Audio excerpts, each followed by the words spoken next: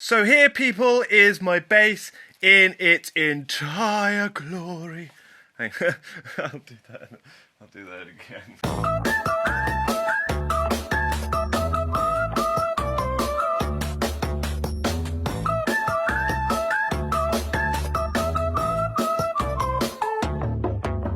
What's happening, you two people? DeadDuck here, and welcome to MineTech Season 2. This is episode 35, and today I'm going to be doing a base tour. Yes, I cannot wait. At the end of each season, I do a bit of a base tour and show you everything in my base, everything I built, and like the whole thing in general, and we go through all of the builds and bits and pieces like that, because yes, it is almost the end of season 2, because the Nether update is right around the corner, so they tell me. So yeah, we need to kind of bring this season to an end. That being said, I'm starting off here in my little coronavirus getaway holiday home type deal here, because I'm not going to be able to finish this thing at all, because obviously we got loads of work to do to get season 3 ready, and I just don't have the time to finish it, which is such a shame, because it was kind of turning out okay. Like, I built my little tree and stuff. I mean, it wasn't anything amazing, but it might have been if I had some time. It might have been. So basically what I done was I just chucked up the tree here. I kind of finished this kind of aquarium thing, but there's no like fish in there. Well, there are fish in there, but they're getting slammed to the ground, and I just didn't want to spend any more time trying to make that, you know, a thing that didn't happen, because, you know, that would have taken ages and ages and ages, and I just don't have the time, son. I don't have the time. There's a fish there. You can see him. Fishy! That's a buffer fish, and look at him. He's just like spinning in circles, man. Stupid bloody puffer fish. Look at it. But that's what they all do, because like the water current just smashes them to the bottom. That's so funny. Look at it. Stupid pufferfish. Anyway, let's get on with this thing. So basically, I am going to now go into a creative copy of the server so that we can do the base tour with a big old draw distance and all of that kind of stuff. I'm super excited. I'll meet you guys there. So here we are, people, at my base in a creative copy with the render distance set to 22 chunks, and wow, it looks so cool. Look at the size of it. It's so big, man. Like, you just can't see this sort of thing on the realm because of the horrible render distance. But look at it. It's just so cool. You can see right through the glass as well, so you can see all inside and all of my little contraptions and all that kind of stuff. It's so cool. I wish realms rendered like this. It's such a shame, but look at it. It looks so cool. It's taken me a year to get to this point, and it's been a lot of work. It's been a hell of a lot of work. And only really in like downloaded copies and stuff can you appreciate the full scale of it. It's just insane. And I got to admit, it's going to be a bit of a sad farewell. I really enjoyed this base, to be honest. I love my sorting system. Comparing it with last season's sorting system, it was so much bigger and better. And yeah, I like this base. I really like this base. But the problem with building big like this is that, yeah, unfortunately you don't see it like this on the realm. So it is a bit of a shame. It kind of is a little bit off-putting. Kind of makes you not want to build big because you won't be able to see it. But it just, like, it's just, yeah, it's so cool. I've really enjoyed this base. Alright, so enough of that. Let's chuck it on daytime and we'll go for a little tour of this place and talk about all the little things that I've built over this season. So let's come down here first of all, because this was where I started the season off. This was my little starter base that I did sort of underground. It has pretty much everything I needed. It had a concrete farm out there at one point, a furnace system here. There was some kelp growing in there, and yeah, it was a nice little starter base that sort of got me going so that I could build my big old tower out there. And there were some farms out the back here. I had some chickens and cows and stuff like that. And down here was my horse. He was so cool. His speed was cool, his jump was cool, but obviously I never really used him because we had elytra from the get-go in this season, which won't be a thing next season. We'll be playing completely vanilla, completely survival, and that scares the bejesus out of me. I think I might enjoy, like, scabbing for elytra and stuff.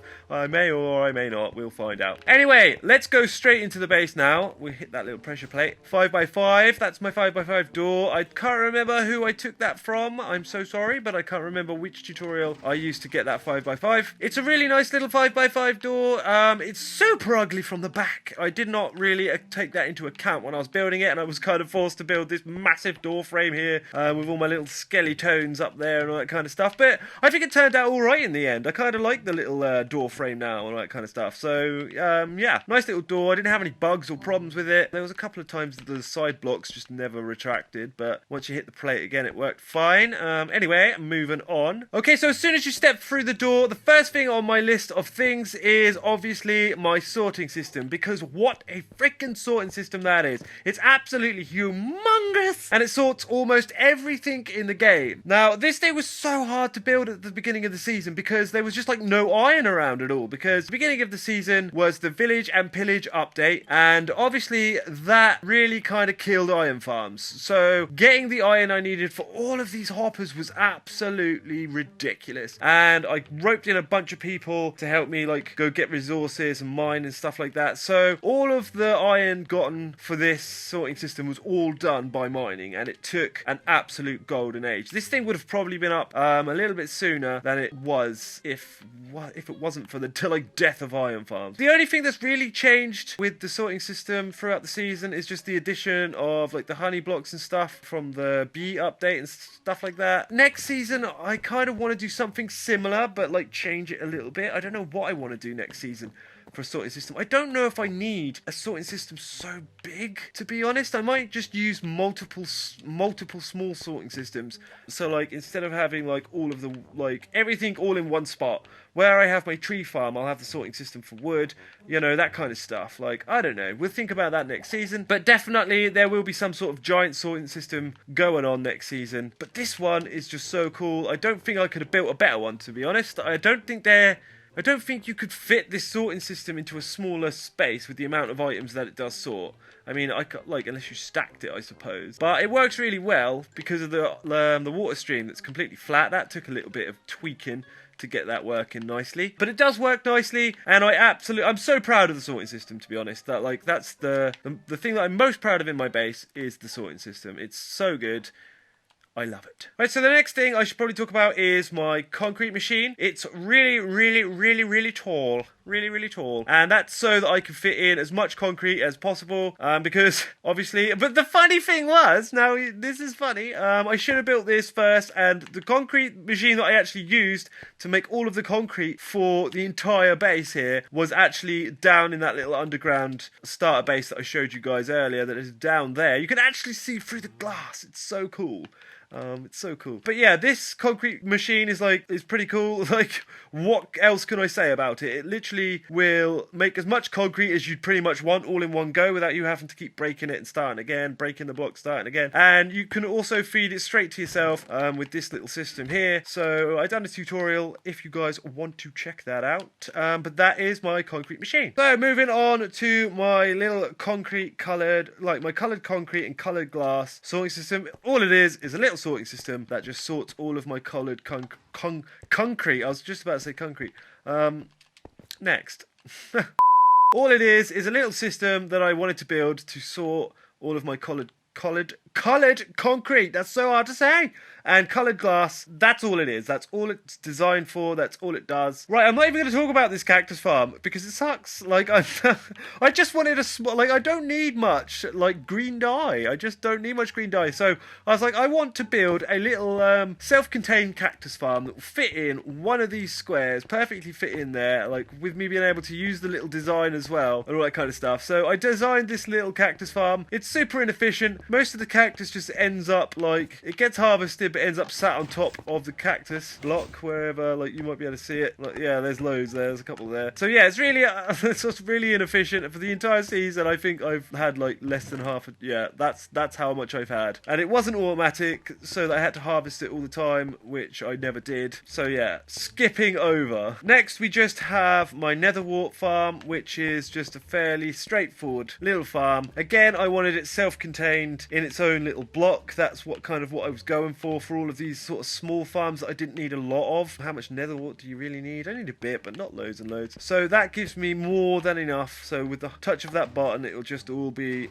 harvested there, and then you just go down this little hole, and then the idea is the little track, as you can hear the minecart there, gets propelled when you hit that button to collect all of the nether wart, but you're left with exactly as much as you need to replant the farm again. That is pretty much what I wanted like out of this farm, to be as efficient as humanly possible, and it kind of was. So yeah, because there's no real way of like automatically harvesting these things really and getting the most out of it, and then yeah, you still have to replant it again. So I thought that was like the best solution to this thing, to kind of like build it just big enough to get as like a good use out of it, but you know, not so big that it's ridiculous, and that obviously leaves you enough left by the minecart so that you can replant the farm again. That was a really dull explanation of how this farm works. I'm out of here. Okay, so the next thing is my super smelter. It's not really a very super smelter, to be honest. It only has 30 furnaces, and it's using like the old ass redstone design, which I will not be using next season. I have discovered tracks and rails and minecarts and stuff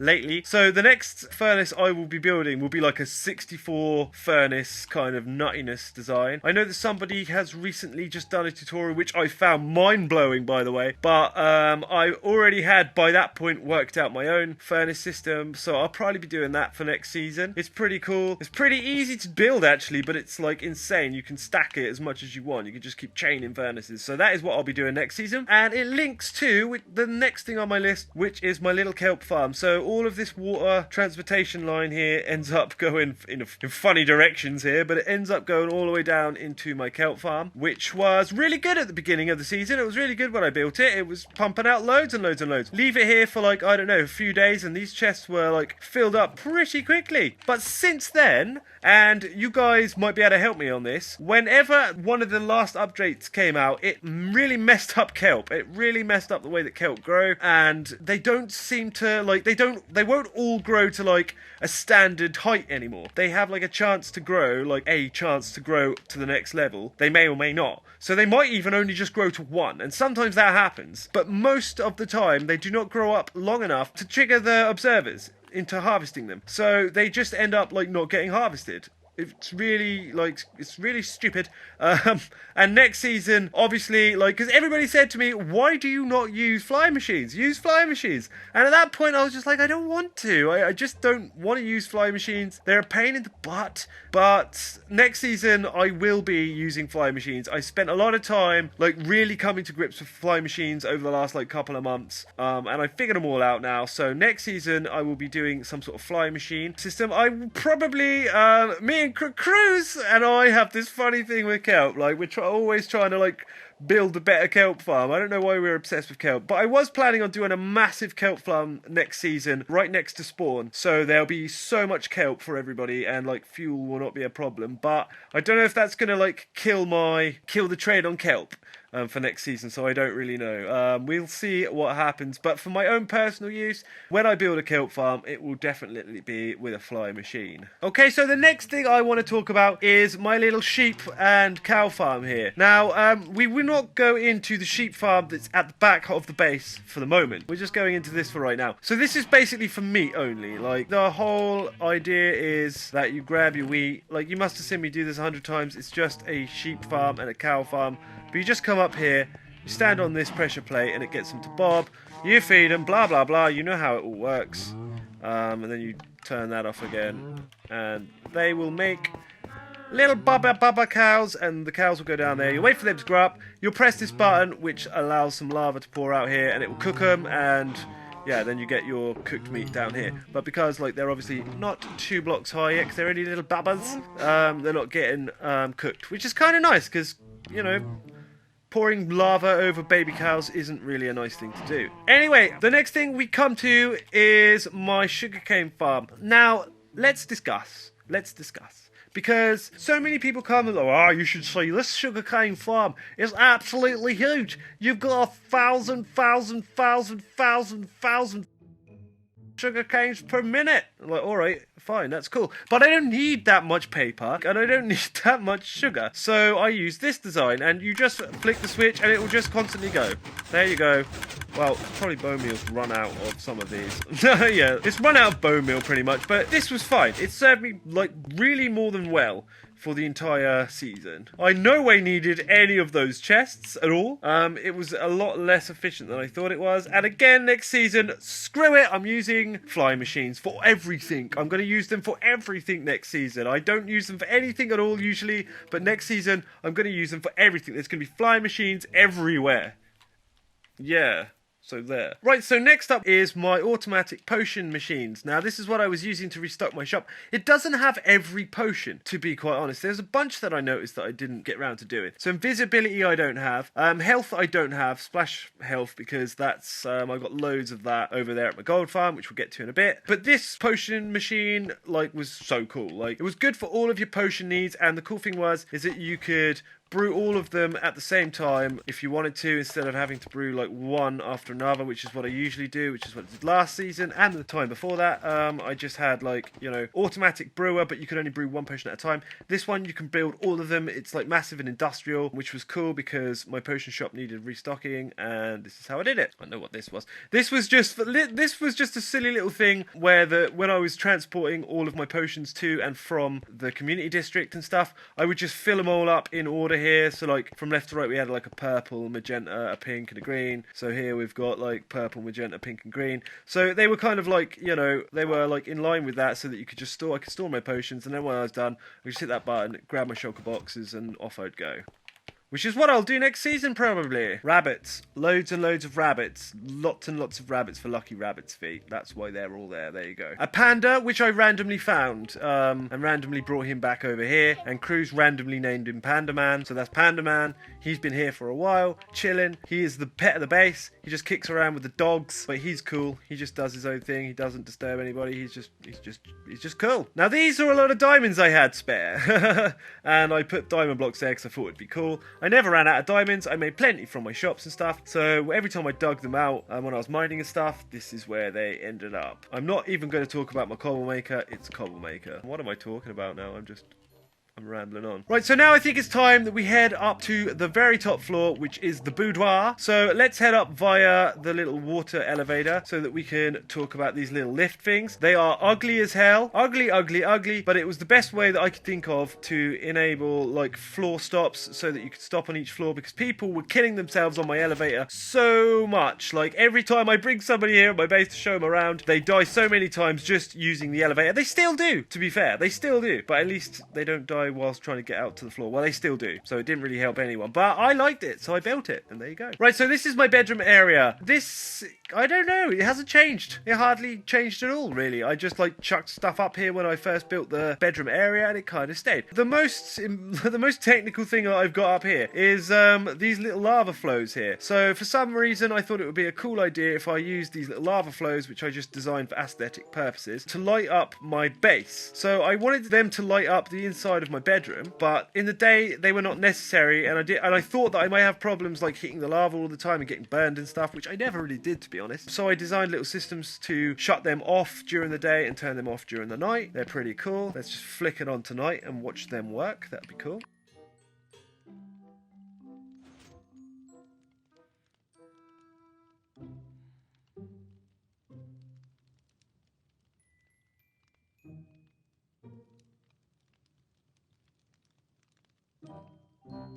He's done it! Right, so what do we have up here? We used to have a little mite in there, the Endermite, if you guys remember Mr. Mighty. He unfortunately died when I was building my dark spawner, and I flicked it on to peaceful to clear the mobs, and then back to hard, and he suffered.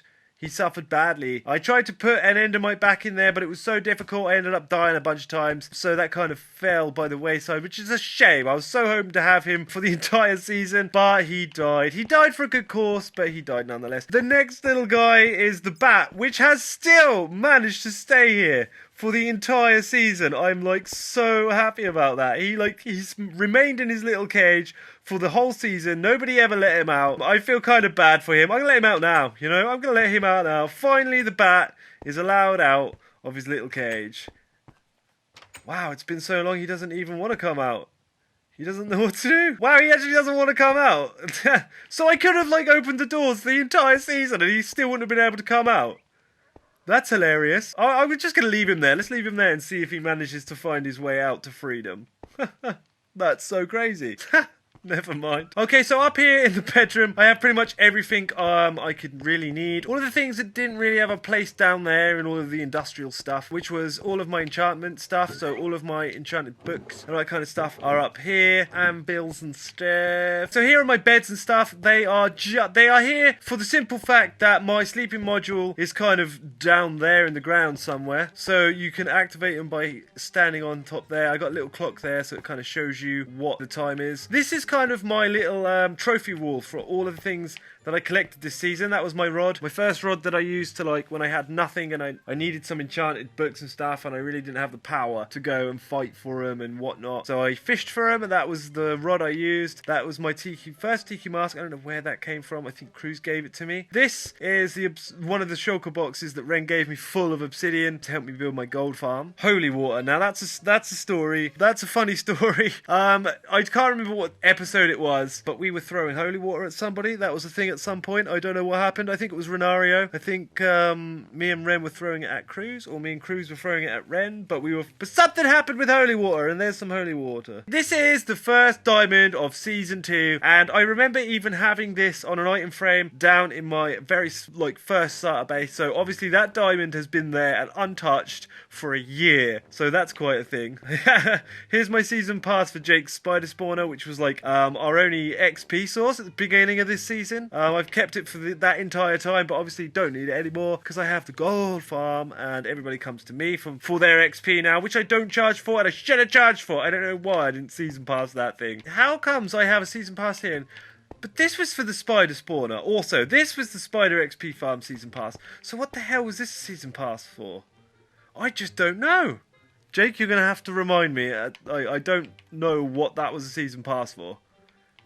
I'm lost. I don't know. I don't know how I got a hold of those bubbles, but I got a hold of bubbles. This is a receipt that I got from Karma. Oh, it's creative. I just broke it. Never mind, moving on. Here is the Nether portal that links to my Nether area, so I can get in and out of the Nether, like, even from my bedroom, which is a cool thing. Like, I didn't actually know that it was going to link so well. All the Nether portals around here linked up so well, apart from the gold farm. But that's, we'll get to that. But everything else linked up really well. That's a map of my base. Big old map. We got a big old map. It's huge! So my base is, like loads big. It's several big. That's how big it is.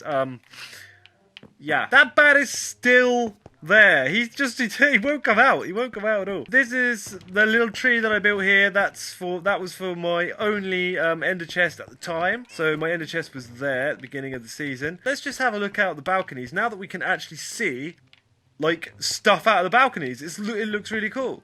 I wish it was like this on the realm. I just wish it was like this on the realm. It would make it such a nicer place to be if it just the render distance was bigger. Please fix that.